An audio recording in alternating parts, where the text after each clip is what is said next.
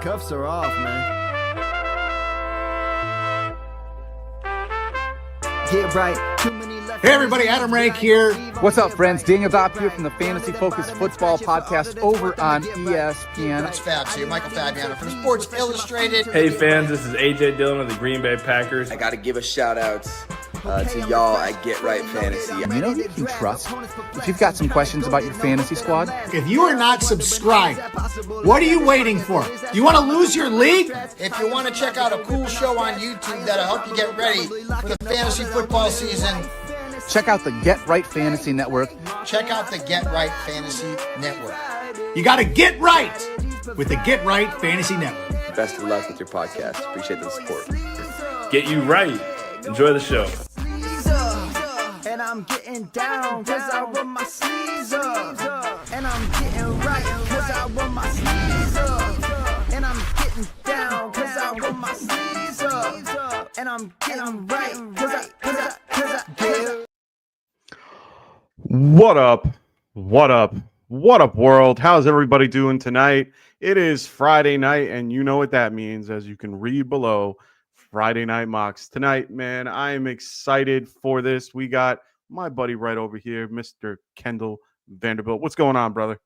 Hey, just happy to be here, man. Really, I've been feeling football this week. Sometimes it hits you at the right time where you're free and Sleeper has a nonsense highlight for you to look at. I'm like, know what? I'm in for it. Yeah, let's do it today. Yeah, I'm also going on vacation this week, so I'm in a very, very good place. Fishing trip coming.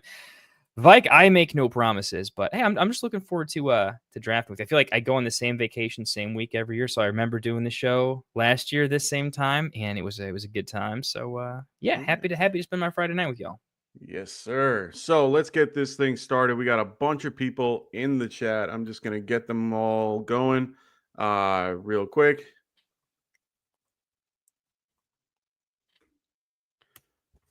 And let me bring it up for you guys to be able to see. We got our whole group in here today. Real excited to have a lot of these guys, some newcomers, some old, some, some helping us out. I'm really excited to get this thing going. So here we go. So what we are doing tonight is a Dynasty startup. We are going to be doing it's going to be 2 wide receiver, 2 flex. It's going to be full PPR. And it's going to be 0.5 tight end premium, which is a kind of a, halfway house on TP. Yeah. So it's one of those things that it's going to be a very interesting thing. Sorry, just letting everybody know not to, don't forget to fill your queues. We do our best to make sure that you guys get the best views here. We don't want autos, so we want to make sure everything is good to go. We got Raven Show. What's going on, man? Hey, great seeing you here, my friend. He changed his name. I love seeing it, brother. Great to have you here tonight. Victorious is telling you not to snipe him. Hey, man. Likewise, bro. No likewise. Promises. That goes both ways, Vike. So tonight I am right next to Kendall at the 106. We got a bunch of guys in here.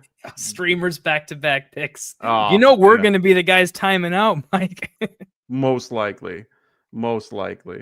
No, Ravery. Or not. Don't ruin it. Are you trolling? Please. Is he trolling? Is he going to hop in? He had his queue filled. I remember he came in late. I've been seeing his thing go on and off. So I know he's there. He just popped back on too. So it's one of those things I always account for. I know that there's going to be some issues with internets for people and stuff. So we got 2 Lions fans. No worry. See, I knew it. It's all good, Rick. I understand it. We get it. We got 2 Lions fans with KJ Flint and good old John right next to each other. John saying what up before. So glad to have everybody in here. It's been a really fun week. Really excited to get this Memorial Day weekend started. Thanks to all the troops. Of course. Thank you, everybody. Give me that cheese. What's going on, brother? Great to have you here. If you guys have any questions, don't forget to throw them in the chat. That's what we're here for, to answer your questions. KJ, what are you doing, my guy? Are you the only guy that? Yeah, he was the only guy that didn't respond. Of course, He was queued up though. That's hurts Yeah. in their ADP. So yeah. we'll get there. We might have to go to these 30-second clocks. We'll have to see. If you guys, we're doing the minute just mostly for tech difficulties and because we got to talk through this a little bit. But if you guys could pretend we're on 30-second picks to keep it moving if possible, I get it. If it's that Otherwise, we're going to be here for a couple hours. I'll tell you this: if it's a tough call, I'll put it this way: if you take over 30 seconds, do us a favor and at least pop in chat the like 2 or 3 guys you were thinking between, because we really want to hear kind of what we'll talk it out, because we'll put ourselves in that thought process a little bit. But we're quite curious if it takes the full minute. I want to know what was what was going through you guys' head. And honestly, I mean, at this point, I was just really happy that Burrow fell to me too at the 106. I was really hoping he got there.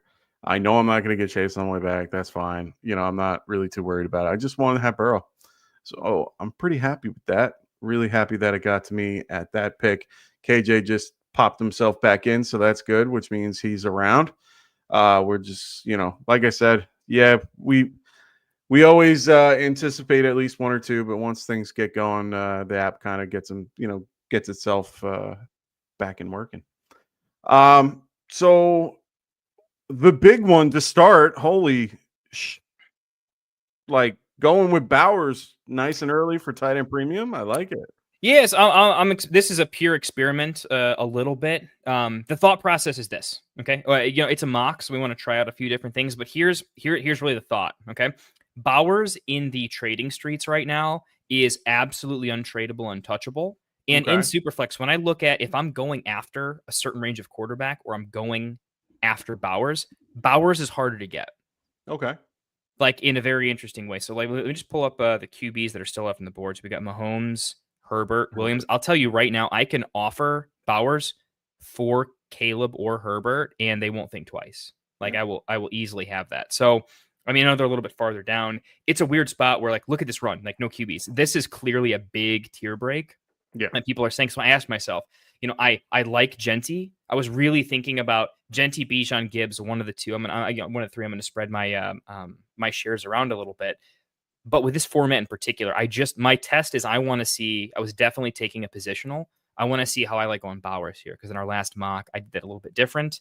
And because of the format being 2 wide receiver, I want to play this a little bit different. So we'll see how this goes. No, I like it. You got plenty of options for this one too. And what fell to me here too works out pretty good. I'm not considering running back. I'm not considering wide receiver when I look at who's still on the board. For me, this is really a choice between, honestly, do I just slam Patrick Mahomes? Because when I really think about it, I do think he has probably the best 5 to 6 year window of stability in terms of he won't get injured and he'll always be pretty good. So I'm actually going to go ahead and it's actually close here because I like Caleb a lot. I'm going to go with Patty Mahomes here. Yeah. It's hard not to. I'm in the same boat here. I remember last week I waited at quarterback, and I had a horrible look at quarterback later on in the draft for a startup. I really didn't have anything to go with.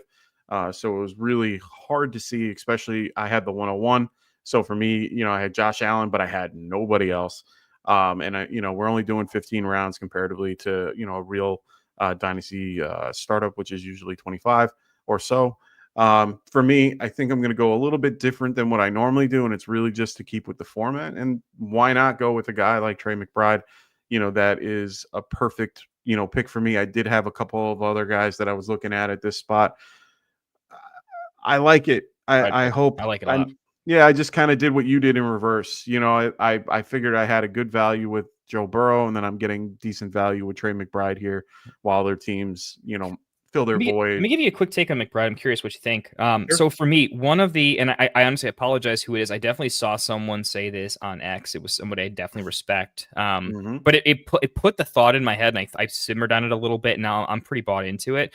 Okay. The Bowers is the new hot. He's the wide receiver 1 and will be Kelsey for that team probably forever. Yeah. And I do believe that. And McBride has that. Well, Marv's there, and Kyler's 2 foot tall, and the coaching has been might still be. So McBride has all these nasty smells attached to him for one way or another. And Bowers gets this separate tier 0 to then McBride's tier 1. But in my opinion, they are just neck and neck. I mean, they're right there. It's Josh Allen, Jaden Daniels for me. It's Bijan Gibbs. I mean, it's so subtle that if I have Bowers and I can somehow tier down to McBride plus and kind of go for the kill a little bit and just see, test your mind. Some people do see a sizable gap, like multiple second round picks, maybe a late first or something. And I'm doing that all day if I can. So in this startup, if you can get McBride at a good price, I would rather have McBride at a value than Bowers at cost. If it's close, I think that's kind of my take there. No, that's fine. I can understand that. I'm a little bit higher on McBride, and it's really and not to kind of knock Bowers here. I think Bowers is going to be just fine. He's going to do what he's been continuing to do. So I can't really be mad at him or not wanting to take him. But Geno in the past hasn't really been that guy that throws to the tight end. They've been, getting a lot of pieces to try to, help him out as well. They're getting a good solid run game. For me, he's their main receiver. They're going to give him, pretty heavy coverage, moving forward. McBride is number 2 with Harrison there. I like the scenario a little better, the offense overall. I like his scenario a little bit better, even though he couldn't score a touchdown last year. But that's not all his fault. So, I don't know. I like it a little bit better for McBride than I do Bowers, but like exactly for the same reason that you said, that at cost, I rather have a guy. They're pretty much going to be identical near the end of the year. I mean, they were off by 12 points at the end of the season, 13 points. So, you're not off by much. And of course, tier break. Yeah. You think it's a tier break here after Stroud? At least I think so. Raven Show, you just made me a very angry human being. I was looking forward to having this, and now you're forcing me to make a choice, and I don't like this choice. Feel free to talk it out, because I'm definitely having the same. Honestly, I'm in a boat where do I go with Mario Hampton? Here, do I go with Cameron Ward, who I'm not going to go with? I don't mind Hampton, but I can't see him being my running back 1 this year. It's more of a person that I have to invest in, which is fine. But I'd rather have a little bit of stability. I don't really like anybody else here. I'm not going to go with Tet. 3 seconds. Yeah, I'm just going to go with Mario Hampton. I think that's the pick there. No, it has to be. I mean, I don't have a ton of shares of Hampton because I didn't have a ton of picks for this, this year in a lot of my leagues. So I don't have a ton of him, but I'm really excited to see him going to the Chargers. They have been on fire with their particular offense. They're switching more to a rush-based offense. Their rush rate last year was like 10th. Compared to like 25th the year before. So they've been moving up a lot, and they're only going to get better. Najee's on a 3-year deal, which is really like a 1 to 2 year deal. So we'll wait and see how that turns out, but I'm pretty happy with Hampton here. And, I'll find some value a little bit later. I'm going to have to definitely, regret this pick so bad. I already know it. See, I'm playing the ADP game here, and you want to know something, man? So bad. It was honestly, for me, it was between him and it was between Garrett Wilson and Hampton there. So for me, I feel a little better knowing that he's going there and not dropping. But that was a hard. I don't regret Garrett Wilson so much as it was between 3 players. Yeah, and I don't even want to say it. I want to come back to it. Well, I was going to say I've played a little bit of the ADP game here because there's a guy. I feel like so many people know me a little bit. Agreed. Give McBride a progression of touchdowns. I knew he was going to do that. I'm going to be happy. All right, well, I can talk about it now. Shit. Oh, you were going for you were hoping Irving came back? Oh yeah. So Yeah, Bucky, no, me I too. have officially moved Bucky over HN in my rankings. No, I would have done the same thing. So I wanted to play the game of here's the game. It wasn't an ADP game. I'm not out here for like crazy value because all these guys are super sharp drafters, right? The idea was I actually just wanted to see if I leave HN on the board there, right? So he's clearly like the guy. Is there still going to be a wide receiver run? It dries up quick. And I knew there's this next tier of quarterbacks that should go quick. The second half of the draft was all positional guys. So I was thinking with HN on the board and then a bunch of I need a quarterbacks, will Bucky survive this quarterback run or does he not? What this just told me is that Bucky is more valuable in the market than that entire tier of quarterbacks, right? Yeah. Cam Ward, Kyler Murray, Jordan Love, Baker, Trev. You can throw JJ in there if you want from a dynasty value.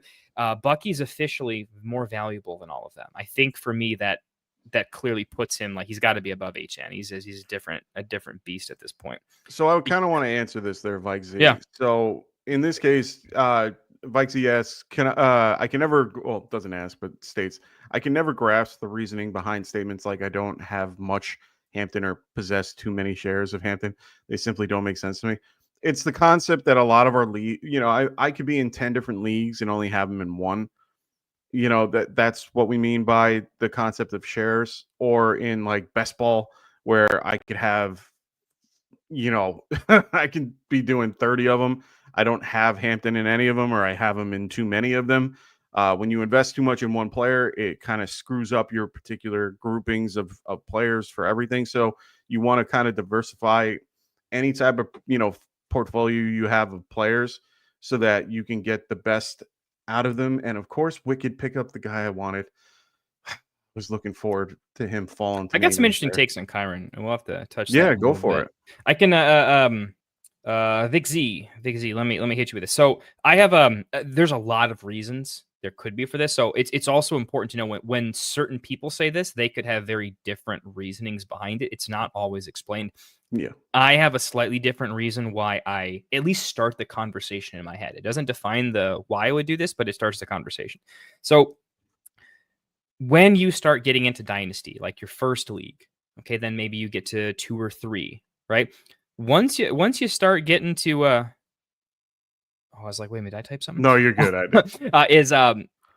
Once you get to 5 leagues, then once you get to 10, I'll say once you start getting to like 10 plus Dynasty leagues and you're full degen, one of the more valuable things that you can do is it's better to level up your game and have a significantly greater feel for the marketplace and a live feel, not go check KTC, go check ECR. Those things are relatively accurate, but in order for them week to week, month to month to really work, they need a lot of data points over time. So they're always going to be a little bit late. But if you want to get the best trades done, if you want to make the best draft picks, you just have to understand the format a little bit deeper and understand your league better and compare it against other leagues. So the reason to go with a share of a player that you don't have a lot of is you need to be an owner of that player in fantasy. So you know what it's like to own that player, what it's like to hit the little lime green button and read the news, what it's like quarter by quarter for that player. Because that's one league. If I have one share and I'm in like, I don't even know at this point, definitely over 20 dynasty leagues, I think 28 or something. It's pretty silly. I've lost my damn mind, folks. At that point, there is real tangible dollars and cents value to me picking up a player or drafting him specifically because I want to know what the experience is like to own them. T. Higgins is a great example. People who own T. Higgins and people who've never owned T. Higgins have very, very different takes on T. Higgins. If I want to trade for him in another league, I need to know what the experience is like. Does that make sense? Yeah, no, I understand what you mean. So Vikesy was just saying, don't misunderstand me. This is SuperFlex, only round 3. You just like the best player rather than focusing on building a portfolio, nothing personal. No, understood. It's what, and I don't take it personally. I'm just trying to make you understand what, the way that we're thinking about it. In this case, yeah, I get where you're coming from. Best player, take it. But I also kind of want to see what my team would look like with him, and in some scenarios, it's one of those things where I don't normally take a player like him there. So I should have probably stated that a little more. I normally, for dynasty startups, as much as I want a guy like Hampton, I tend to be a little bit different with my builds. As you guys saw last week, I'm very, I aim a little bit more towards the guys that are proven than the guys that aren't, or in situations that lead to a better scenario, or like they have a good path. Najee in front of Hampton I don't think it scares me, but it's one of those, it makes me kind of pull off a little bit. I love the player, but his situation's a little tough. So I tend to veer off of him. But the guys like HN and Hall, I just don't want any part of them at this point, just because of their scenarios. So it was all situational based, but agreed. I think about it that way sometimes with my portfolio, which I shouldn't do. The last point on that one. Sure. Format matters, and I do think some people have gotten carried away about not specifically talking about the actual shares of a player. That comes from the best ball streets. That comes from tournament fantasy football strategy, which gets its origins in game theory from poker tournaments for the most part, to some degree. But the idea is when you're getting into high stakes best ball, or even just low stakes best ball, but just a lot of entries for a contest like Best Ball Mania, where it is millions of people. What you're looking at is across your entire portfolio. You're talking about shares and this and that because you want to create as many different unique lineups as possible so that you can find the magic lineup, and balancing your shares of players is one way to do that. So that's the term is mostly for best ball, to be honest with you. I have a gross pick here. I went with Tet earlier because he was a screaming value. I'm not quite just a screaming value. I mean, I know in Ricky drafts, obviously Hendy goes over Tet a little bit, but Tet just seemed like I clearly have him above JSN, and he's neck and neck with Garrett Wilson. The problem is this running back run is brutal for me. It is absolutely brutal. So now I'm probably forced once again to go zero RB because I'm between. Do I take Caleb Johnson? You're in that spot, yeah. I mean, do I take Caleb Johnson or do I risk down tiering ridiculously at quarterback? I'm not going to do that. I'm comfortable going zero RB. I am not comfortable going into this format without some chalky quarterbacks. No, fair enough. I don't love Trevor, but the weapons around him are too good. Okay. Yeah, I think he's in a good scenario. Yeah, and I think he's still got some rushing upside, so he could play worse, but I do like him a little bit. Trevor and JJ there kind of end a little bit of a younger tier for me, where Bryce is a little scary. So that was a very, very tough pick for me. I'm gonna have to go look at this and that pick, because if it wasn't Tet, I was looking at the board and thinking Quinshawn feels like a reach here, RJ feels like a reach, and Jordan Love is going to go much later. So I went with Tet because Love felt like a little bit of a reach seeing the board. I'm curious. We'll have to come back to that. I was kind of hoping that a few of those QBs kind of fell to this round, but that's probably not going to happen. So to talk about the former, well, I wouldn't say former. Well, we were talking about the Jags, and then I thought about the former OC for the Bucks. We got Give Me That Cheese goes, just traded for Bucky in one of my leagues, and he said, he's still 109. Javonte Sanders, Jatavian Sanders for who is interesting, kind of not great. That is a steal. That is open theft. The rest of chat, no one is getting that deal done in a competitive league. Just throw that out there. That whoever traded that's you, tough. That would be a near veto from 11 other players in most of my never leagues. Have vetoes in your league. I don't have vetoes in my leagues. That doesn't mean they don't scream from the damn rafters about it. Yeah, fair enough. That would get people spiced up for sure. That is direct. A Bucky for me is a straight up. He's worth 2 first rounders. Easy. Okay. Yeah, fair enough. Not like the 103 and the 104. All right. I'm talking like 106, 107. Absolutely. Yeah. I would do that for him. So Pierce is saying he's a former T. Higgins owner, absolute roller coaster, especially recently. With now that he's he got the bag over the in the off season. So thank you. Or hopefully he is able to stay healthy and everything works out in his favor. John Nickel, he goes, "What's your take on CMC? I'm iffy on him this next season." So am I, my friend. So am I. I am the I am the undoubtedly the one person at least in this group, that has been very low on CMC from the beginning. 2 years ago, I would have been the first one to tell you not to draft him at all. Then he goes off and has one of his best seasons ever when he gets over to San Francisco. I've had many different scenarios, and at this point, the thought it came. My particular take came too late. You son of a bitch.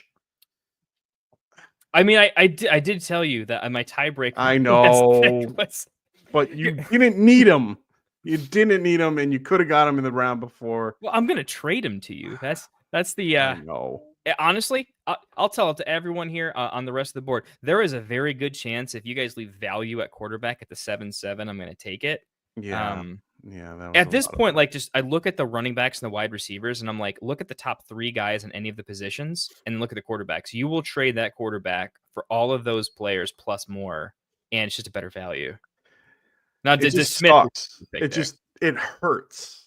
It just I'm not mad. I'm just disappointed. Talk me through Smith over. Were you considering any of their options at wide receiver there? Because this is this is the C where I start to see that. I think it's usually after Rome for me, and sometimes after Olave. But this Olave, Rome, Addison, Smith, Xavier, like that, and like DK and Pickens get thrown in that tier now, and in that kind of. It felt dirty. I'm not gonna lie, it felt dirty. It really, really dirty. When AJ Brown gets traded, do you think you'll feel better? Yeah, but I doubt that. It's one of those things right now that the Eagles are primarily a run team with Saquon and Barkley. You could look at the stats and they are just incredibly different from 2023 to 2024. Just from Jalen Hurts' perspective.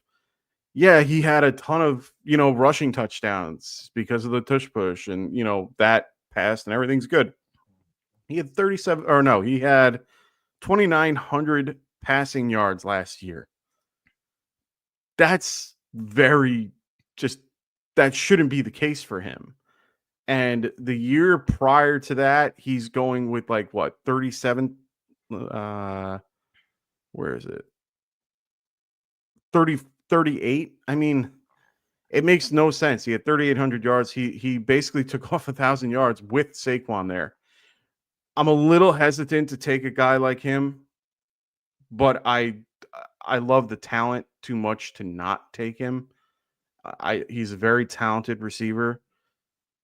I'm okay with it, but I didn't like anybody else there. I had Worthy there. I had Addison there. Both of them. I couldn't take Worthy because I had Rice. Flowers, I'm not a big fan of. Moore was too. I like Moore this season, and then he has a fall off, for me at least. And Buka would have been a good, a decent pick for me. But at that point where I was, it just made more sense to me. That's all. No, it makes some sense. I'm looking at the board because you're about to be up here in a second. I'm looking at the board, so I'm just going to talk through this a little bit. So we had this running back run into quarterbacks, and that screwed over some people a little bit. Got this big tier from Rome all the way through J. Will Pickens. This is what I was talking about. This always happens, and I'm very curious. This run of players is really important, I think, to nail in drafts. Not that who you pick here, but like knowing these players are available here, I think changes what you do earlier. Like for me right now, Tet's still the dynasty pick, but knowing that down here at the 7-7, I'm just looking at wide receivers, I could be looking at, Golden, Higgins, Pearsall. I like them a lot, and being a little less shallow at running back. Actually, being able to take like a Chase Brown there instead of a McMillan could make sense. But if I'm looking at a 3-year window, I have to go with like a 5-10 year player. I'm just, so we're full zero running back right now. We are stupid zero running back. Jesus, we might go even harder zero RB. Where's the tier? I'm not taking a running. I just won't do it. There's no way in hell I'm taking a running back here. It's between quarterback and wide receiver. This is going to be a weird draft, bro. Oh my goodness. 2 was on the board. No one's taking him. Oh geez. Fields has kind of got a soft spot for him. It's 2 wide receiver league, so I just don't need wide receivers, but it's still 2 quarterback. Not enough tight end premium today. You know what? This is kind of insane that Hawk is still on the board a little bit. I'm not taking Hawk over at quarterback, though. I'm just not doing it. All right, dude. Let's get crazy. All right. Oh, you dirty player.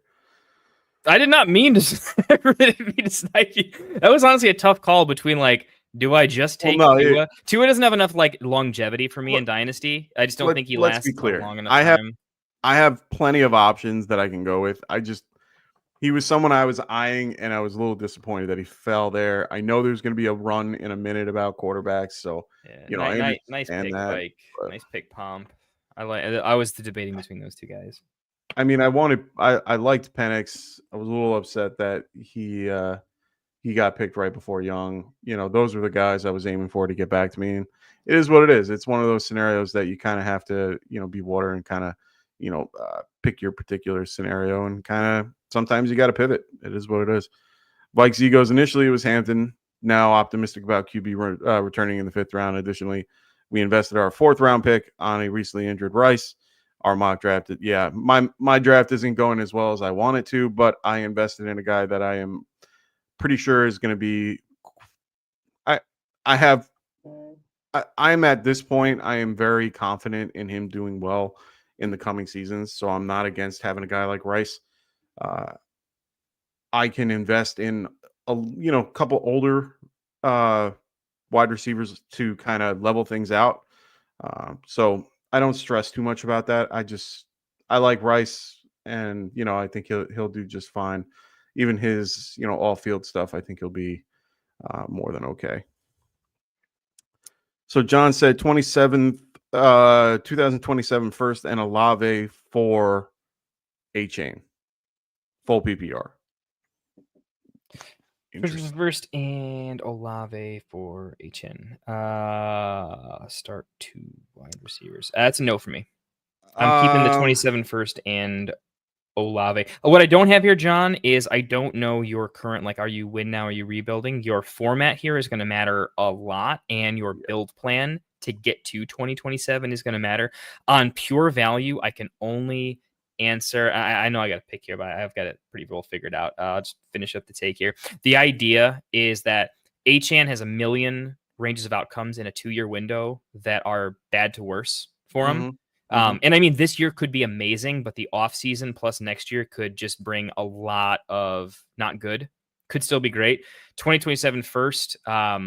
If it's from a team that I should just make my pick. Oh, Vike was on the clock the whole time. No, you got 5. Yeah, no you son of a bitch.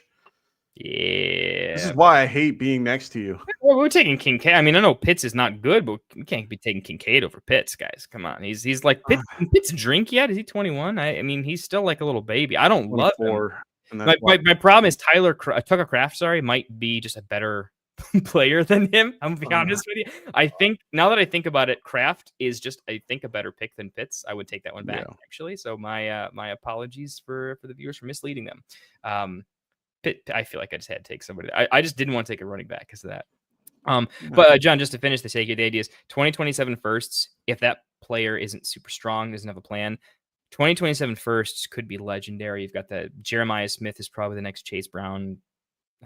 It's going to be a good class. Everyone already knows it's going to be a good class. Might be top heavy, but it's going to be good through like the 107. I think if I'm just estimating based on some of the big names we know, things could change drastically, but I'm just putting a little asterisk around if there's a decent chance that 27 pick could be early. There's no way I'm getting rid of it. And HN just has a little bit of, I don't think he'll age well in a 3-year window.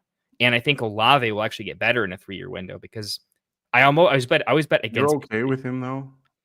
It's not that I'm okay with Olave. It's more that I think the market has massively overreacted to a 24-year-old wide receiver. He's the same. He's like Pickens is buried, and all of a sudden something good happened, and people are like, "Oh shit!" It's like, guys, one piece of good news, and you were ready to like skyrocket to the moon. Mm-hmm. The problem is you buried him too much in Dynasty because things can change pretty fast for a lot of positions and for a lot of teams over a 2-year window.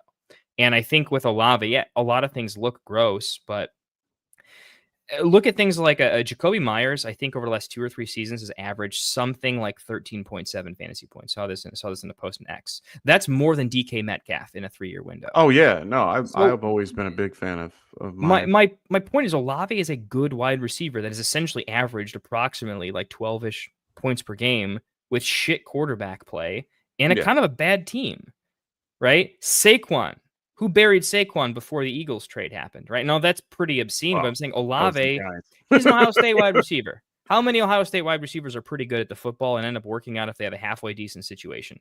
Like, I'm not ready to bury Garrett Wilson. I think Garrett Wilson is immensely talented, and I Oh, think yeah. you see it on the field sometimes, right? It's usually not his fault when it doesn't go that well. I'm just giving Olave the benefit of the doubt that I've watched his games. I owned him, so I watched him, and I always felt he was good and the team sucked. Yeah. So if you buy Olave or don't sell him and have to own him for like 6 more months, it probably will feel gross until it feels better. But if you held him the entire season and didn't love it, you'd wake up next year with a 25-year-old wide receiver 1 on a team that has no picks or money to replace him with somebody else. Yeah, but they also don't have a QB to really make him that good. You can use the argument. Malik Neighbors didn't have a quarterback either, but he was Fair the enough, de facto but- only player in town, and he did pretty poorly on his hyper-targetedness, right? Like Yeah, Neighbors, but here's my thing. Here's my 2 cents on it. You can't compare Neighbors to Olave, in my opinion. You different have player types for sure, and very talent different level is player wide. types.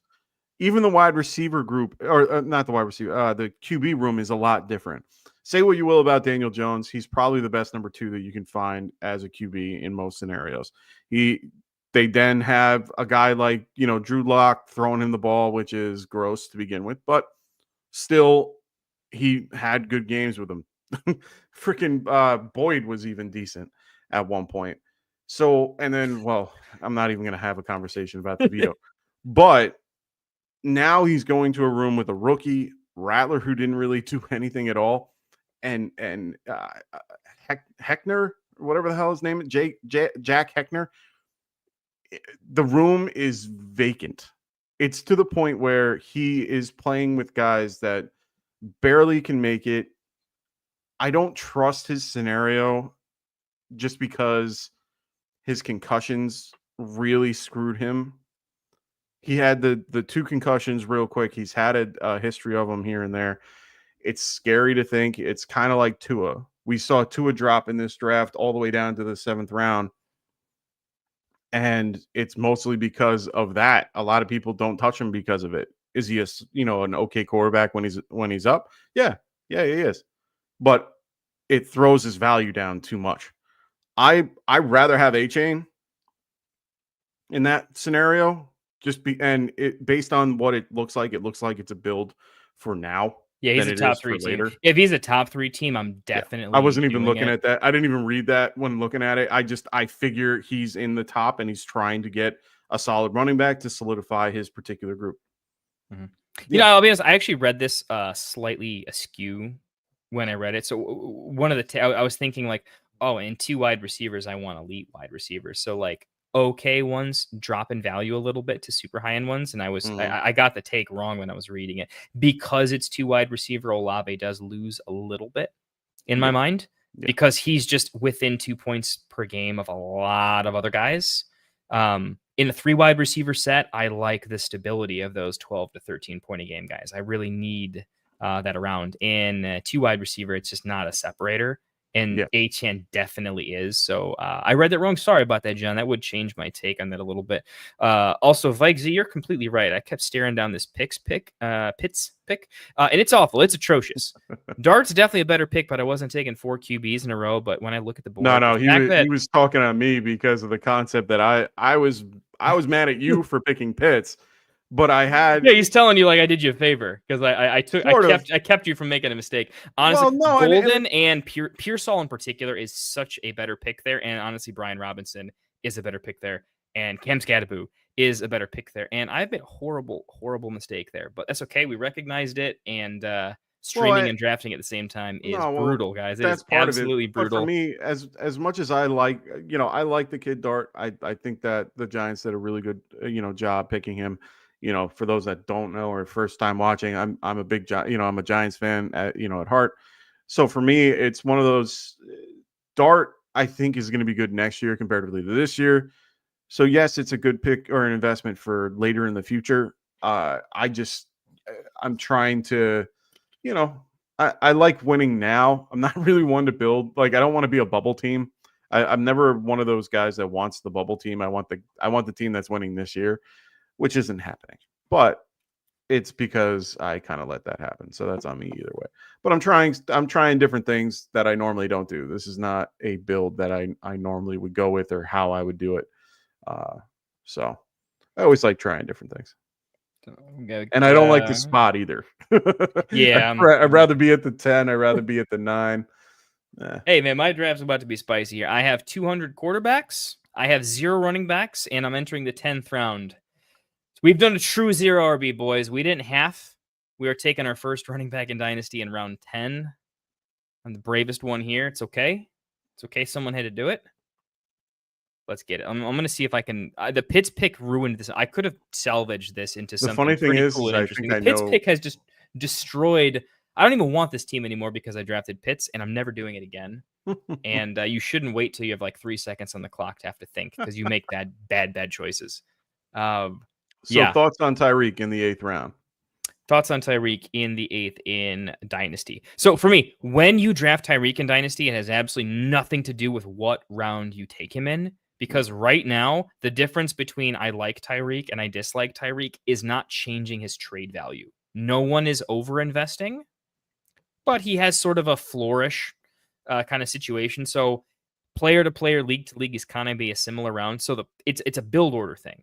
It's the picks before him and the picks after him. How are you playing this draft? That is the answer to your question. Tyreek in the 8th is about who did you take earlier, right? Did you just take falling value on guys that are 26 years old or older? If so, okay, I guess you're assembling a win now. And if it doesn't fall, you're retooling in year 2, but you might win in year 1 type of thing. It's what I'm saying here. Perk is I still want to call you Raven too, by the way. Yeah, I know. I have it in my head as that. That's kind of where I'm going with. It's about your draft more than it is about the value, right? Yeah. It's a redraft question, right? Tyreek in this round in Dynasty, it's such an age cliff at a position that should last forever, but it's not because the age cliff. Yeah. It's a build order question, and I'm not allowed to take. I want to take another wide receiver at quarterback. You do you, brother. I really do, but I can't. I just have to take 6 running backs in a row, and I'm going to. And I'm pretty happy with where I get to start. By the way, okay, I'm between 2 here. I'm between 3. I'm between Tracy, Sharps, and Pollard. Actually, I think Pollard is like stupid underrated, so I'm just straight up gonna start with him. Interesting. Yeah. I don't know where the love for Pollard fell away. I've done enough homework and own him in enough places where he was amazing at football last year. Did you watch any of his highlights? Some of his on one leg he was. Yeah, I was going to say he was doing it very well with one leg. I mean, he was the best player on that team by such a wide margin when you watched him. Yeah. You know who else watches their team? Every fucking coach on the team. Yeah. They watch the game. That's all they can do is watch the game. And why they watched Tony Pollard on half a leg be the best player on the team. Oh, he was fantastic. He was absolutely fantastic. He was the only player I've ever seen that didn't practice all week and then had 20 carries. I mean, this wasn't like get him in there. I mean, he got the damn rock on every single play after not stepping foot in a football field. Because he was actually injured, like for real injured. So I think the coaching staff is like, look, we got a rookie quarterback. We got some guys at wide receiver. No offense, Calvin Ridley. I like you. I think you're fantastic, to be honest with you. But Pollard is the glue for this team, and he is going to get the damn rock all day. And it's a massive quarterback upgrade, which means the offense could move. He scored a lot of fantasy points on a dog shit offense. I just think Pollard is like this year's Monty, where he is not dead. He's Mixon and Monty last year. He will be good. He will put up a lot of points. And my team is looking like it's 0 RB. So I need something stable, and he's my something stable in case I can, oops, I win, right? Yeah. Probably not happening because my team is definitely about 10 trades away from like looking like what it will be. But that's me in every league all the time, right? the idea here is I do want something stable that I can go officially 0 RB after him, but I think I have Pollard for 2 years.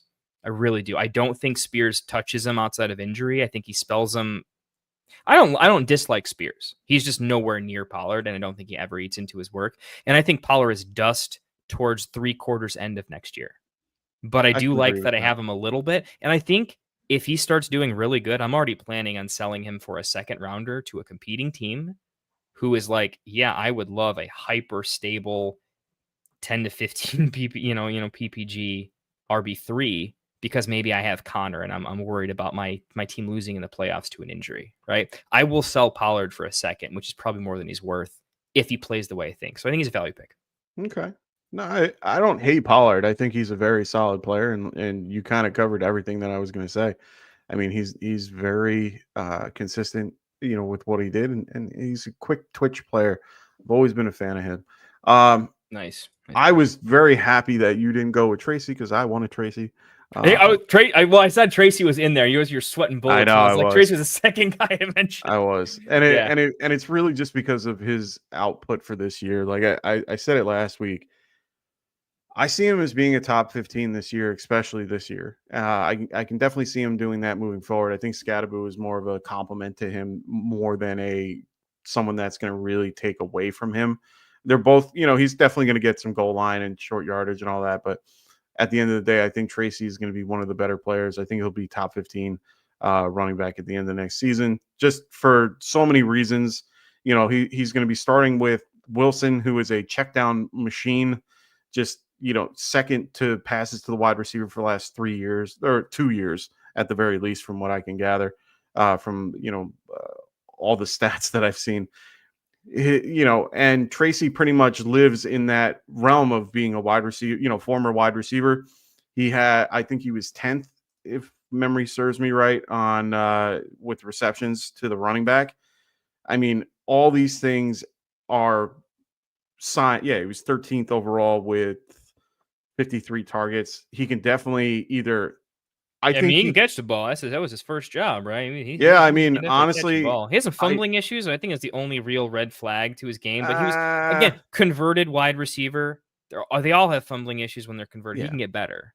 Yeah, he had 2 fumbles, but honestly, I'm not too worried about that. Beyond that, he'll get a lot of touches, a lot of the ball. I loved the way he ran, and he always fell forward.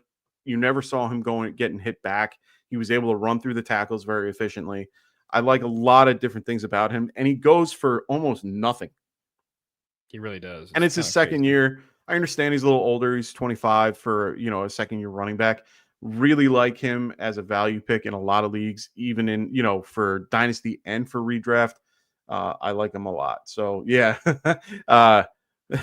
Mike Torius called it. I didn't actually. I don't know if he said that before or after I picked no, it. He said it. He said it right before you picked it. So it's kind of funny that you did it all in one. I am currently getting, at this point, I am getting trolled. Once more, whether you're a Giants fan or a Cowboys fan, it shouldn't matter. Winning now. Here comes the 101 for 2006. Yeah. I mean, yeah, probably. I'm right now just trying to see what I can do with this team and try to make it better if I can. If not, no big deal. I've always been a fan of waiting for, getting my wide receivers a little bit later. I really would love to, grab a guy like Najee right now, but that's kind of stupid. So I'll take somebody that I know that's going to be starting this year and at least take the combo. I don't like it, but I'll take it. It's better than not having anybody at all because there is absolutely nothing after this teardrop. So I don't see any, or this, did I just say teardrop? I did. Teardrop. Oh, I'm half right. Sorry. I've had a few beers. I'm a little deep right now. So give me that cheese goes. Do you think Spears will take over that running back room? Actually, yeah, I think you already answered that. I don't think he will. No, I don't think he's the type. Look, because I'll say this, I don't dislike Spears. Yeah. Right. I do think he had like the knee arthritic situation where I didn't like him as a dynasty prospect because I think he takes the short lifespan of a running back and makes it a little bit shorter. It just makes him less investable from a draft prospect. Okay. But from a talent perspective on the field, remember when he was spelling Derrick Henry a decent yeah. amount. You know what I mean? He was actually good. He had more yards per carry than Derrick Henry half the time. He's a good running back, much like Pollard, though worse than Pollard, though he's not a volume crazy guy. Pollard can actually kind of handle that. I don't see can. Spears handling that as much Yeah. personally. I think Spears does really well with his role. I just don't see him ever taking it over. And I think that was mostly evidenced by they could have used Spears more. I saw Pollard not play football for a week and then get 20 carries, and Spears just Oh, kind of yeah. watched him. That is a team that in practice just knows. They just know it's very different. So I think Spears has just very much a capped ceiling, and he will never take over any room ever.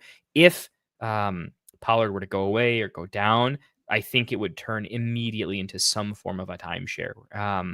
And then again, I take nothing away from Spears. Spears was a fantasy winner for me down the stretch because I flexed him a lot for those catches, and I saw his usage, and he put up 20 points a game, I think 2 or 3 times towards the end of the year, and that was fantastic.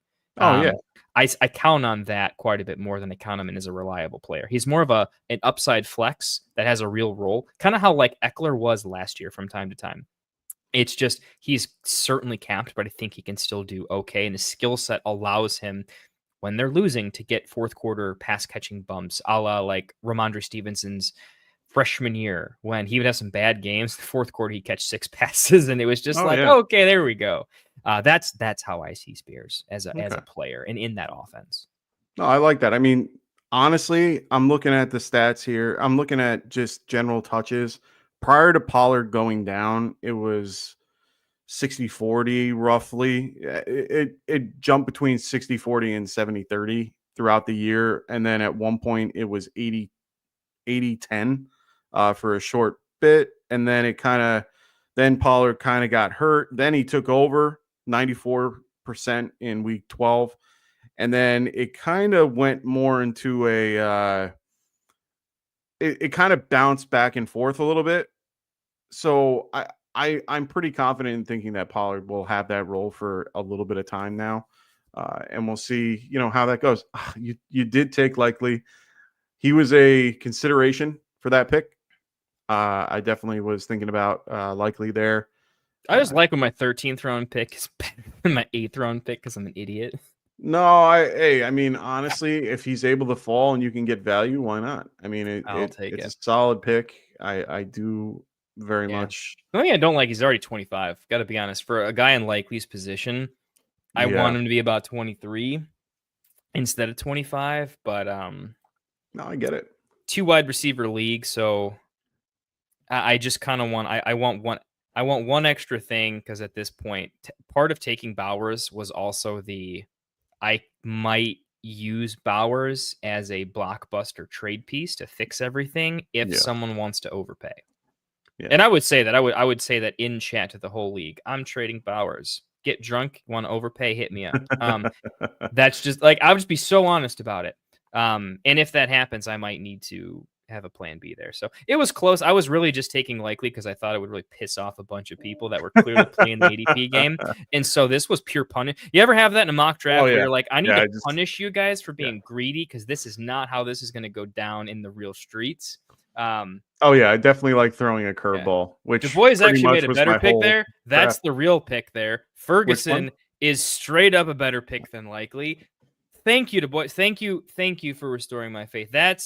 I just got absolutely dunked on. Couldn't quite be happier. Yeah. You know how it is when you're like, look, if I was locked in not talking, I know I'd make all the picks and be happy with my team. But I like it when someone like does the like, let me show you how to draft. No. Kev knows what he's doing, my friend. We have the very own Kevin Coleman from the Devi Royale here joining us tonight, which I'm very happy to have him here. So thanks, Kev. I appreciate it if you're watching. He's, Kev knows what he's talking about, that's your boy. Yeah, I like him late. I'm a big fan of Wan'Dale Robinson too, for the same exact reasons for Tracy. It's hard, most of the teams, and then it makes me look like a freaking homer when I'm really not trying to be. It's just the value that's fallen here. It just ends up happening that way.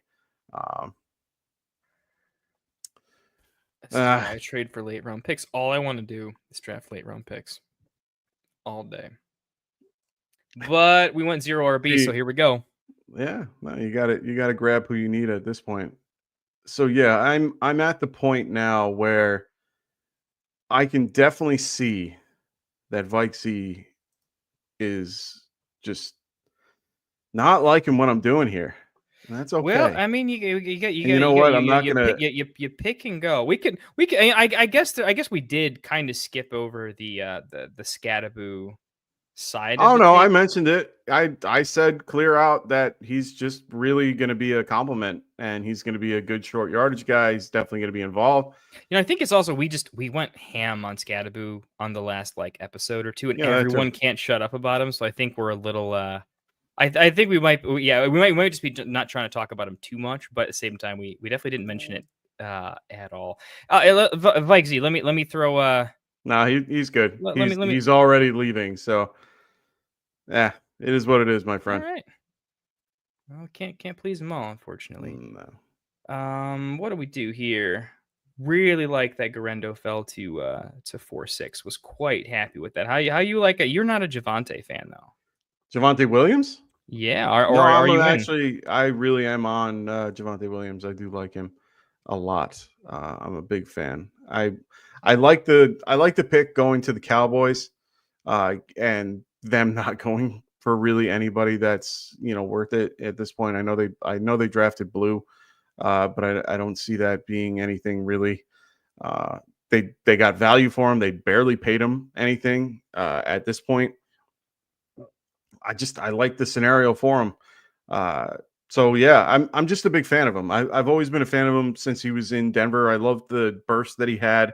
It was more of an eye test thing, and then he goes and tears the ACL. So it's one of those things where I didn't get to watch him enough to really get to see his true potential, but I do see a lot potential with him moving forward, especially with Dallas, which is Yeah, I think sad to say. there's a league I'm in where big trade went down, involved JJ McCarthy and some other pieces. The idea was somebody bought a few running backs and some elder people, and the general take was, oh man, like JJ is way more valuable. I had to step out in the streets a little bit. I kind of think here's my current take on Javante, and it's ugly because I've been doing this a little bit too much, but I'm gonna stick with it. You remember when Leonard Fournette in the later stages of his career was just like the dump off king? Javante's a great pass catcher. Yeah.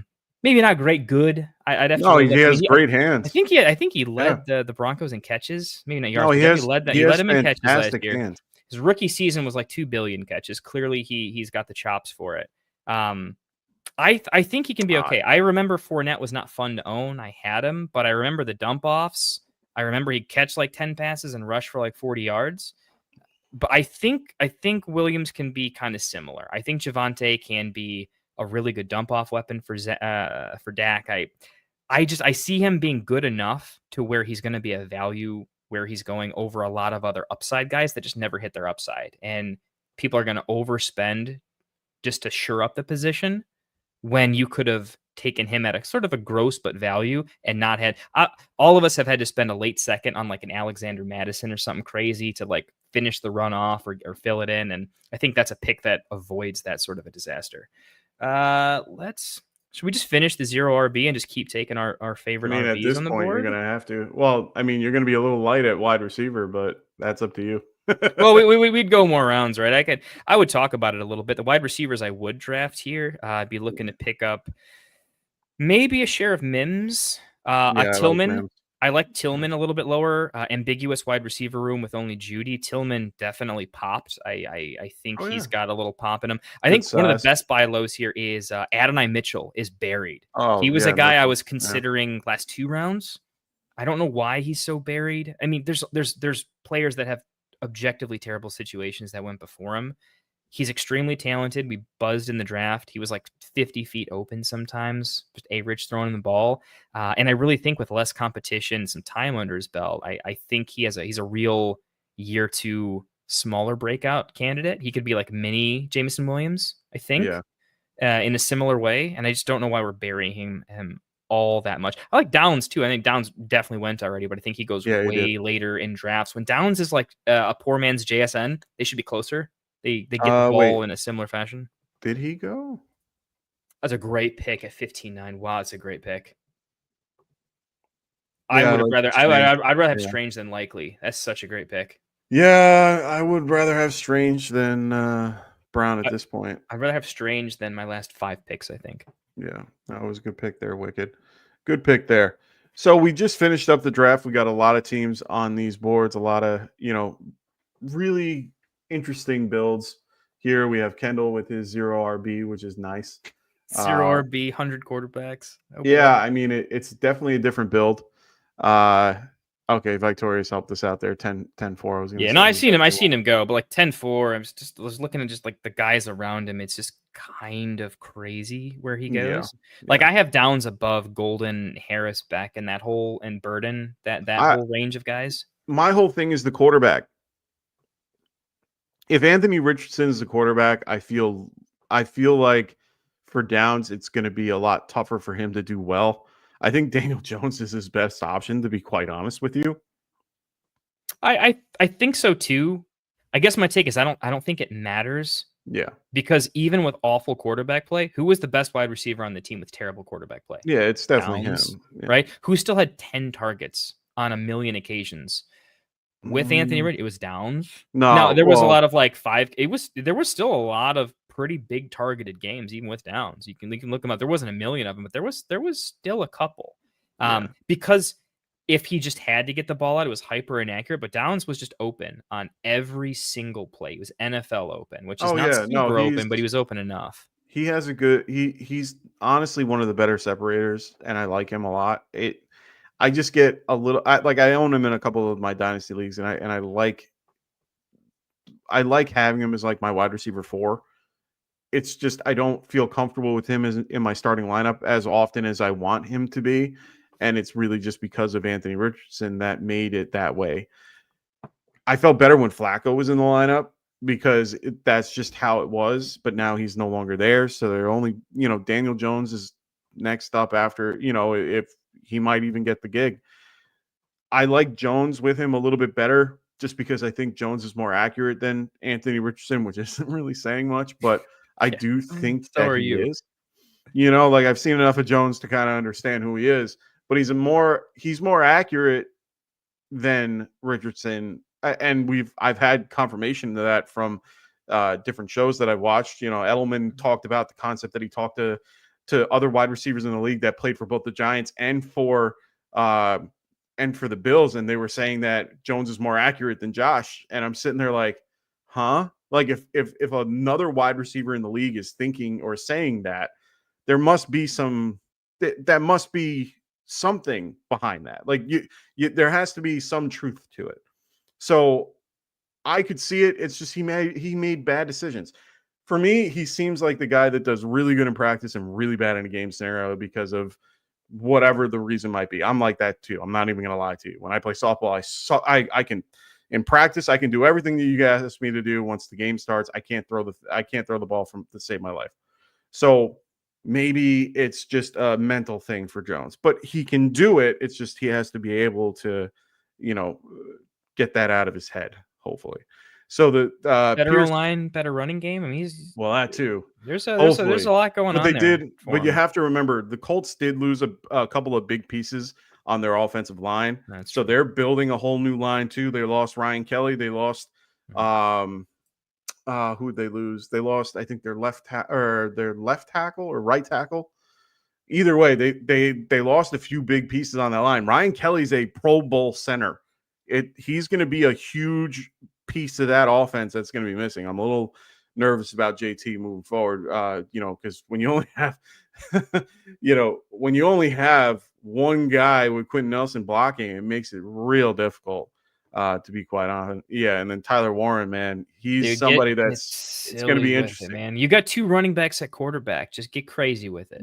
Yeah, it's going to be interesting. So I was going to bring up Ravens. I was bringing it up for a reason. He was mentioning that. And he says, I was going to go into Theo because Theo's actually, like I said, I like the Giants offense this year, not just because I'm a Giants fan, but because of the fact that I think Russ does improve a lot of the areas that we're going to have. And I think Dart ends. Sort of, but he likes the intermediate route, which is where Theo would be living. So that's why I like it a little bit more. I like him and Wandell for those reasons. Neighbors is still going to eat. He's still going to have his top 10. I don't think he finishes in top 5, but I do think he'll have a top 10 year, and he's still a wide receiver 1 without a problem. They're still going to feed him. They're still going to give him his targets. It's still going to be a thing. But I do think they're going to try to get everyone else involved in one way or another. And Russ is definitely a tier up from Daniel Jones, or especially the group that he had, maybe 2 tiers up. So I like Theo in his ability to catch the ball. He's a big, tall receiver to help out Russ. I really do think that Theo long term can do real well, especially with Dart too. So yeah, I like it. I like that a lot. Actually, I think there was some really, really sharp picks late in the draft. That was hard to keep up with sometimes. But there's. I feel like there's no way to slow the draft down enough outside of like the draft is just over or 2 minute, and I'm saying like the fantasy footballers will sometimes just like they'll stop to do that thing. I don't know. I feel it's all auto though. I feel like there's only so much you can cover out a mock draft, but man, I really feel like a lot of these late round picks were money. So this is definitely a good draft. I feel like when you see a lot of mocks, there's a lot of just terrible mocks where they're just not as competitive. And this was a great group. I was going to say just taking a quick look at everybody and having a second to kind of get an idea of a team that you like their particular build. Is there any team that kind of stands out to you here in this particular group? Yeah. Du Bois is probably my favorite team. I obviously had heard of Kevin. I don't know him like you do, but I know those guys a little. Kevin knows it. Kevin knows his stuff. For those that don't know, please make sure you guys are subscribing to the Debbie Royale if you haven't already. Definitely check out all his stuff. Kevin is one of the best in this particular showed very easily. Yeah, he knows what he's talking about. He's very good with Debbie, very good with Dynasty in general. Kev's one of the best out there. My favorite start is going with like either a neighbor's Genty or I have BTJ like to the actual moon. I'm in love with him probably because I didn't give him enough love beforehand. But getting a neighbor's Puka BTJ along with a Genty Gibbs when it comes around in sort of a way, and then knowing that I like Purdy more than most people, that this whole range, him getting Purdy and Kyler in the 3 and 4 is just wonderful. I'm very curious what he would say if Murray and Ward had gone. Oh, I mean, he's Bucky just falls, so it's fine. It felt good for him. But I just really, really, really liked the overall draft and kind of how that came together. What about you? What's one that stuck out to you a little bit? So looking at it real quick, I really liked Wicked's a lot. He got a lot of guys I was aiming for, a lot of guys that I was really interested in. So, appreciate him sniping me a bunch. His team, I probably like the most out of this at this point. Yeah, I like his team a lot. Had good age. He was able to get a lot of guys at a good age and a good, it's a good win now team for me. That's great build for 2 wide receiver league, going real strong at the 2 wide receiver and then being a little thin there. Yeah, but he could do that with he could do that with his QBs. He's got young QBs with Baker and Fields. He gets both ends of the spectrum with it. He ends up getting Kittle real late in the 8th round, which is fantastic in his. And then on top of that, the Strange pick near the end, really liked it. The Richardson pick, everything kind of just worked.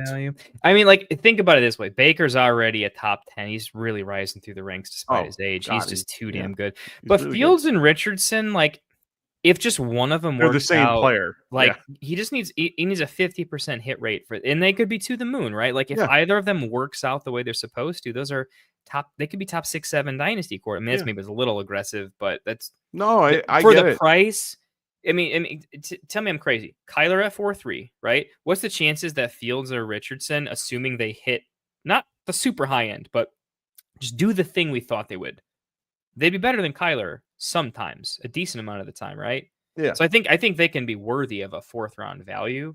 several rounds later. He gave himself a lot of chances to just roll if it goes his way. Yeah, and honestly, he's got a lot of depth, a lot of good pieces that could really help him out. Terry McLaurin can fit right into that flex spot with Swift, who I think is going to have a fantastic year this year and is in a very good value spot right now in the 9th round. I love Darnell Mooney, that pick right down there. I know that he's very underrated and very just not thought of, to be quite honest. But he is a scary good separator, and I like him moving forward with Penix.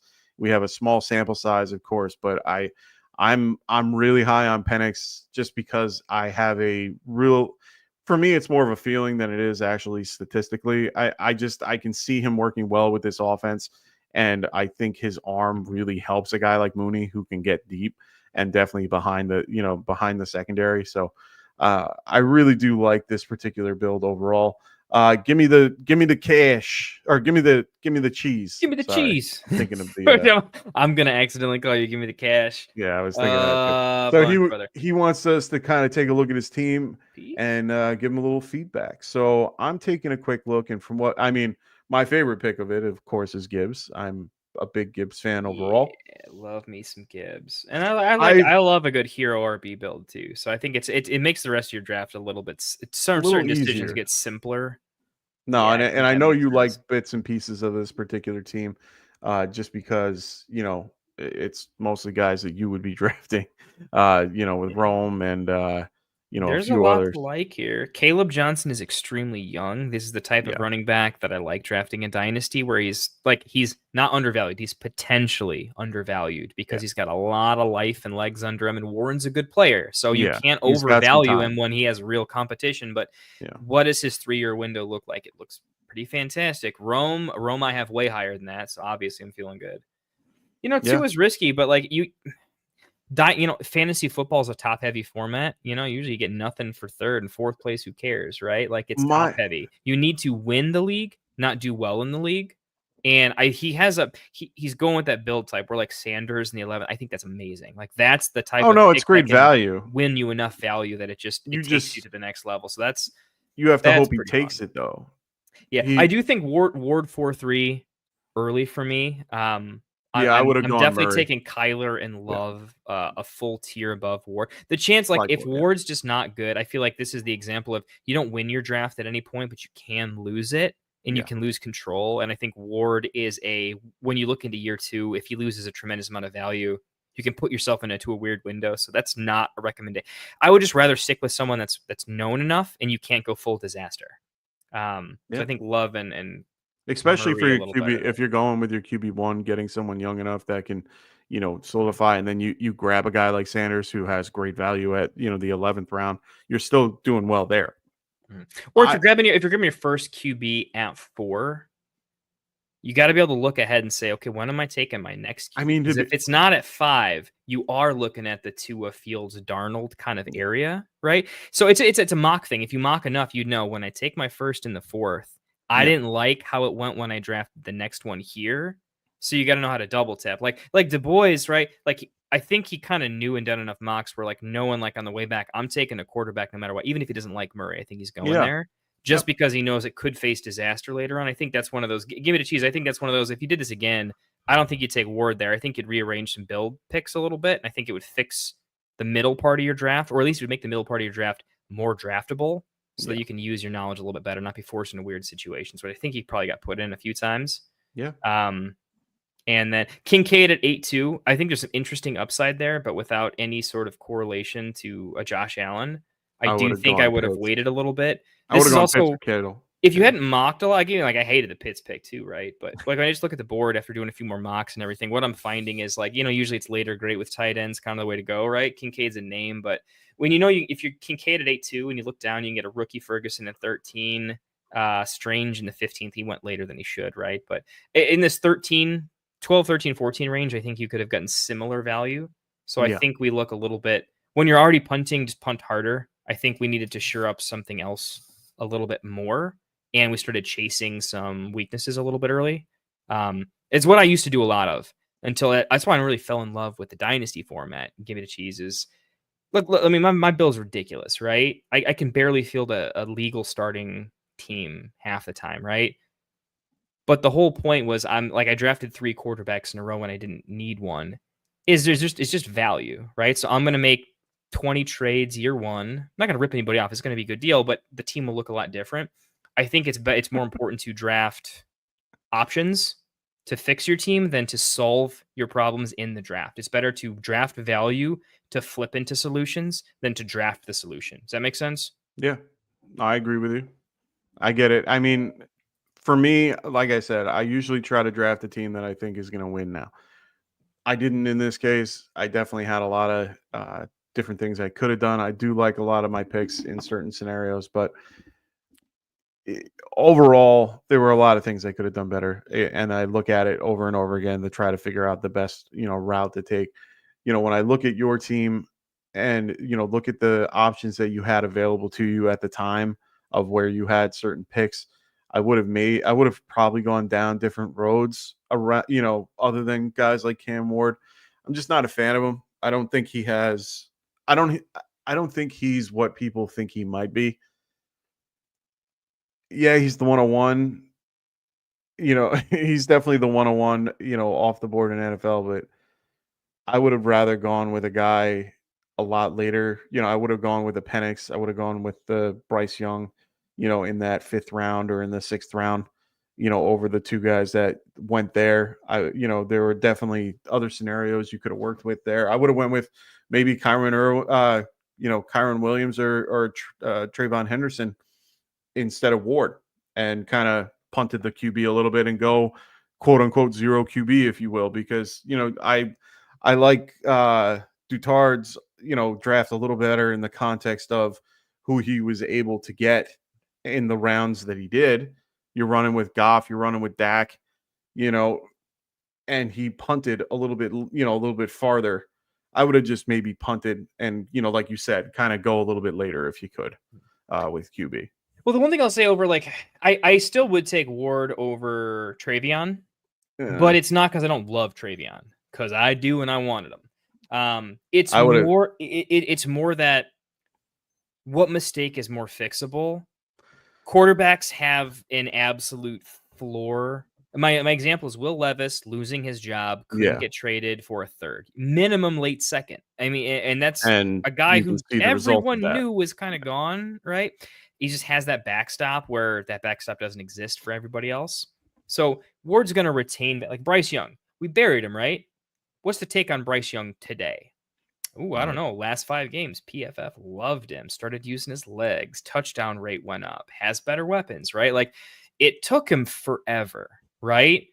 But when you get drafted with that much capital, the team is so damn buried that you've got such a long leash to figure it out. And you've got such a long leash in the trade. I'm saying if you mess it up, there's a better mechanism to recover a dynasty team if you mess up a little bit on Ward versus if you draft Hendy, but you can't use him, you better trade him immediately. Because if you play him out, he's a running back. You're driving the car off the lot. Like you need to own premium running backs in a winning window. If you just have them when you're not winning or your team's you're figuring it out, you got to trade into other things, right? So that's where I think he's got more flexibility with the quarterback because he just doesn't have to fix that. And to fix quarterback, you're gonna have to overpay. So like if you had to make a mistake, these are recoverable mistakes. Yeah, it's not like I could have done this, so he spiraled a little bit harder. Whose window do you like more, Johnson or Henderson? Because I personally think that Henderson has a better path. Travion versus Caleb? Travion for sure. Yeah. For sure. So, I mean, Travion's paired up with Drake May for the next, 5-6 years. Well, but that's kind of where I'm going with it is Henderson has a path to be involved right away. He's going to be involved. He's going to be spelling Stevenson. He's going to be involved in the pass game. I've heard too many comparisons to Monty and Gibbs that it's not even funny on the grouping that is currently there with in New England. I rather have had that at that pick and then taken a guy like Goff. So you did Travion and Goff Dak over Ward Johnson. That's the idea, right? Oh yeah, no, and that's the whole point. Like I'm not sold on Johnson. I think he's going to be a very good running back, but he has to. his scenario needs to have Jalen Warren not be around, because as much as they used both running backs in Pittsburgh with Najee there, Warren wasn't Najee, and they were almost doing a 50-50 split. I think Henderson will be a little bit more involved, especially in passing, which would then be a little bit more valuable in full PPR. And I do think he has a longer window to do well in that on that team, especially with Variable there and the way that they do things. I'm telling you, I would rather have Henderson and then go with someone like Goff or Penix or Young. I would have loved Young. Trey Henderson, my bad. I thought it was Travion. But I'd rather have had a guy like Penix or Young at the Johnson pick. It's a good if then. I think it's good exercise. Honestly, I think Gimme would probably agree with us too. If he knew who was available when they were available, of course. I think probably. No, this is all. I think the real thing for me is Monday morning quarterback looking at it after the fact. Well, because we got look at a bigger tier though to make it more plausible. So would you still have that with like Goff, Dak, Penix, and Young, that entire range? Would you rather do that like with Travion versus the other way? Say that again. I'm sorry. I was reading. Hendy, right? Hendy Okay. plus Goff, Dak, include Bryce and Penix. Would you rather do Hendy and Penix Young versus Ward Caleb? Assuming, like, what if there's a bigger quarterback run and you're left with Young or Penix instead of Dak Goff? Yeah, I think it's close. I'm still going Henderson. Like, I think it's pretty close. I can't say it's a big mistake either way, but I get the idea. No, if you have I'm not zero giving- quarterbacks into the fourth round, I get the like, oh boy, how's this going to go? Like, it worked out for Victorious, though. I think is the idea, right? Who he took the running back instead of going with. That's kind of my point. And if then you're the next looking, 2 rounds, it kind of worked out. So that's the example. Is it worked out for Vike? Could it work out in general? I think it could. Yeah, and Vike was saying he had the exact same build, and sometimes that's not a good thing either, because when you have the same build as somebody, it kind of takes away from what you're trying to do, and sometimes you want to be different, like you were with the 0 RB build. In this case with the 0 QB build, it's not a horrible build to do in these scenarios. I've seen it go both ways. Actually, to be fair, for the last few years doing SuperFlex and Dynasty, it's been really odd to see the change. So, I mean, hold on. So, no, he's right there. Pierce goes, "No, you're right. I was picking which guy I'd rather have between Trey and Caleb. I just call him Trey." Oh, Yeah, okay, no, my bad. you're good there. Honestly, I can give you a couple more here real quick, just because I want to get to some other teams. We might even have to call it, because it's been. I could talk fantasy all day. We probably both get to can, go here but in I'm a getting little bit. tired. Here's what I just pick for pick. Won't go into super heavy critique. Yeah. Right. Punt a little bit more on the Kincaid pick. I think I would have easily gone either Monty or Pearsall in particular. Pearsall, you're just done at wide receiver. Monty, you can forget about running back, and you don't have to take Pacheco later. So I think that's just a spot where it's all ugly, but I'm going to go with the pick that makes the later picks easier. If anything, I would have went Kittle there. Or Kittle over Kincaid. Yeah, I would do that too. Going down to the Godwin pick at 10-2, and I'm nitpicking. So don't take this the wrong way. This is just, if you're asking, like, hey, here's my thoughts. What would you do straight up different pick for pick? I would have went Adams over Godwin. If I'm at the 12-2 and I'm looking at my draft, look, I'm just being honest. I think at 10-2, Perk, I don't think you were loving where you were at, right? Don't chase the win when you're already look, this ain't going great. Perk was 1-5. You're talking about Gimme. I'm talking about Gimme. Got it. Love you too, though. Perk talking there. Sorry, yeah, the chat versus the board we're reviewing, right? Thank you, Mike, for getting me back on track there. Instead of Godwin, I'm going a lot of different directions there, just because I know I don't think I'm winning this year, and I need to start building for the future immediately, because I think I need some guys that will be good trade assets at the end of the year if it doesn't go super well, that can appreciate. And I think Godwin, he'll be a good trade away midseason to a contender, but he might not retain enough value. So I like going potentially even Milrow there as a real high end dart throw, or I like Downs there. Just as Downs is 23, is going to be around for a long time. I like that a Yeah. little bit. Like Godwin versus Downs, I think they'll be within 2.5 PPR points, but one guy's got a career left, right? And Yeah, it gives no, you you're right. options. Don't close down your options. Godwin closes down your options. It forces you into too many trades. You've got to trade a lot of players if your team goes sideways. You can hold more players if they're younger, in case the whole league's like, dude, we all know you're going to trade players, so we're all going to collectively say no for about a week. Because that can happen in Dynasty when you that see a happens rough all the roster. time. Right. Shador, amazing pick. Amazing pick at 11. Yeah, I That love really it. started turning things around. And I would change some of the late round dart throws, but that's super personal preference. I don't think I would overly critique that because there's some No. nuanced stuff there. There's always a good take, but No. that's what I would slightly change. Let's see in the next mock. Let's do a little bit different. Honestly, I don't like the 111 this year. I don't like the turn this year as much. So if you don't draft in the turn a lot, I'm liking this 8-9 spot a little bit more. The more I look at it over and over again, give me that cheese goes. Yeah, I got to go as well. Thank you for the draft. Oh, was that helpful, Gimme? Definitely let us hopefully, know. hopefully we try we're to helpful.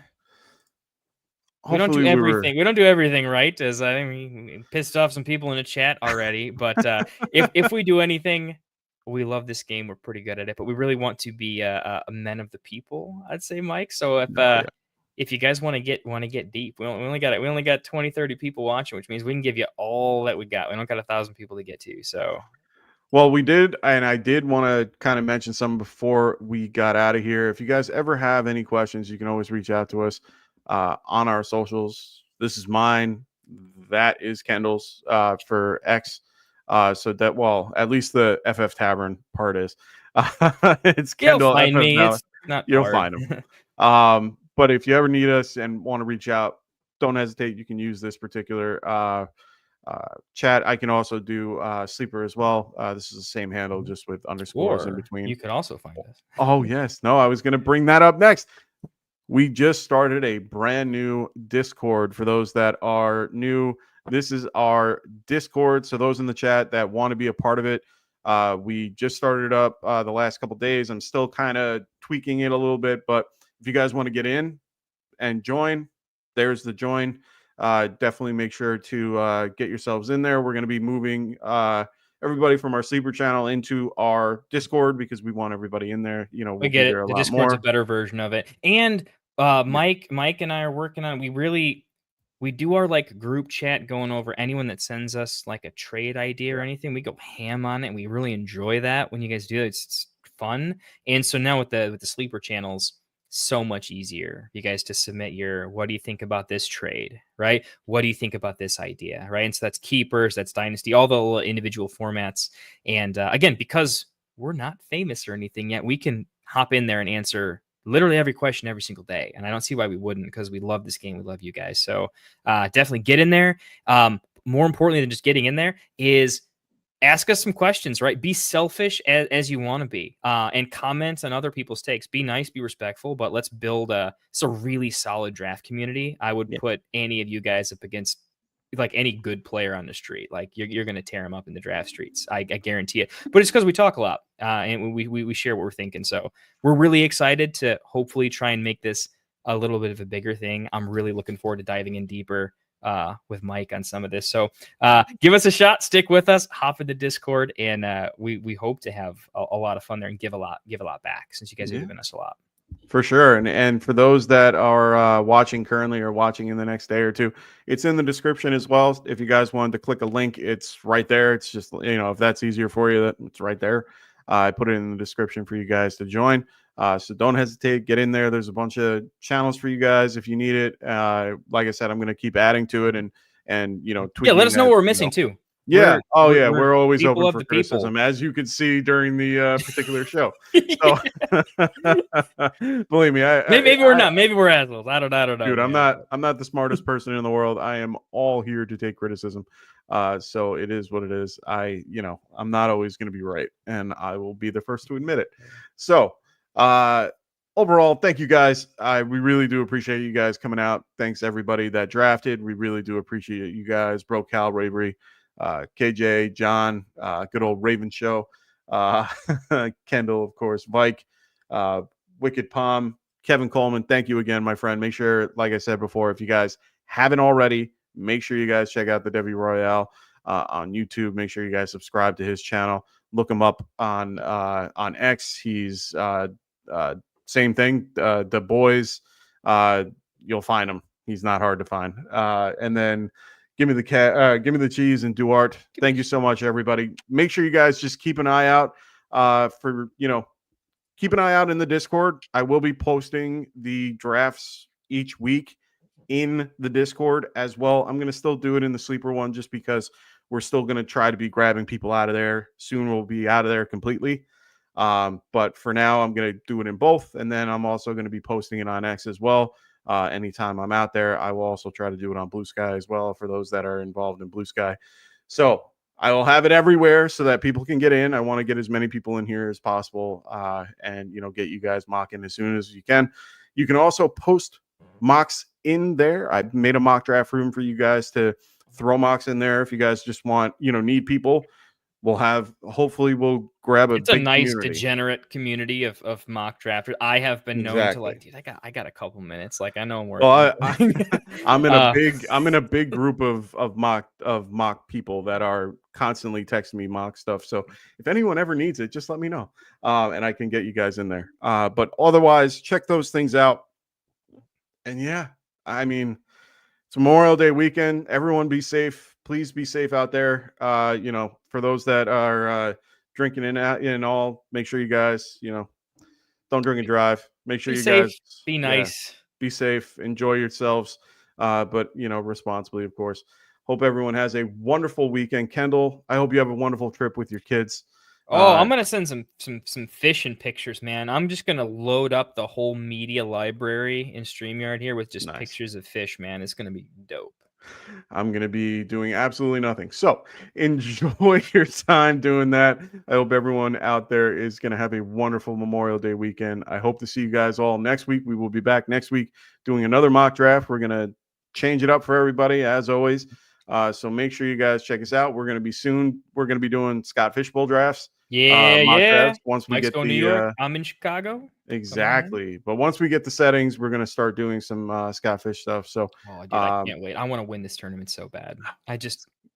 Always. First year in, 1 win. It's bat 1,000. And if you guys haven't checked out Scott Fish, make sure you guys do on X. They are always looking for people. They have races every day. Check out Fantasy Cares on YouTube. They do races to give you opportunities to get into the Scott Fish Bowl. It's a huge charity league for those that don't know. It's the funnest charity league. Oh my God. It is one of my such favorite. A dope community of people that they care in all the right ways. They play for fun, but they're also really good at the fantasy. You know what I mean? It's such a sick community. And you get to play against some of the best in the leagues that are out there. Matthew Berry plays in this league. Michael Fabiano, who's going to be at my New York City live draft. There are who else is it? Kevin and I know is in it. I know that any guy that you probably follow other than us, which you don't have to, but a lot of those guys out there, even the footballers, are involved in one way or another. So you can always face these guys in these particular charity leagues, and it's always a good time. And they always interact and talk with you guys and those particular leagues. So it's really fun to get the community together. So for those that aren't in it, check it out. It's Scott. Or if you want to know more, hop in Discord. I'm gonna put a whole most of the thing people in there. here are gonna help you understand and walk you through it and all the stuff. And I'm gonna set up a Scott Fish one once they get started. And I'll put links in there and all that stuff for you guys to be able to check them out if you haven't already. They have great merchandise this year. Is basically sports teams, so there's all different types of sports stuff that they're doing and best way to get to charity. Buy stuff you already buy. I buy every year. They just give more of the profits to charity than anybody else. So Toys for buy Tots. a dope shirt or a hat, Yeah, they go out and they give out for Toys for Tots and a couple other places. So make sure you guys check them out if you haven't already. Make sure you guys also follow Kevin. Make sure you guys follow us and subscribe if you haven't already. Please. We'll see you guys next time. I hope everyone has a wonderful Memorial Day weekend. And like I said, be safe. We'll see you all soon. Later. Play some music. Wanted to white fantasy is the play. Marking nothing, but I tune every Friday. Strategies provided.